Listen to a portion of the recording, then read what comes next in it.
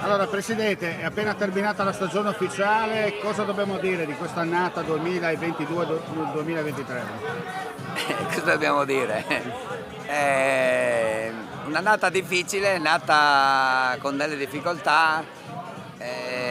Alla lunga abbiamo tentato di trovare la situazione giusta per salvarci, non ce l'abbiamo fatta, ma Corno non ha nessun problema, riparte con serenità, è una società dove vive di valori e quindi si riparte al prossimo anno. Senta, ha qualche sassolino dalla scarpa, diciamo così, da togliersi?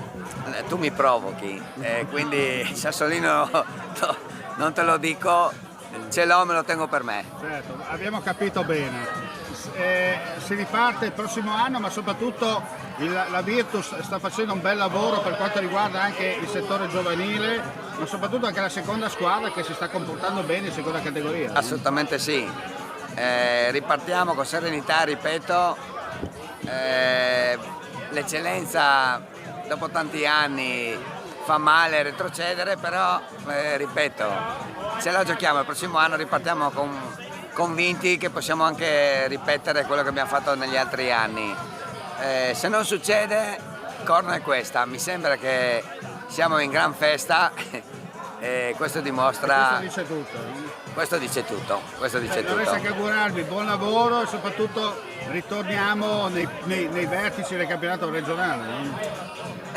Sì, sì, e se non ce la facciamo, questo è Corno. Bene, auguri.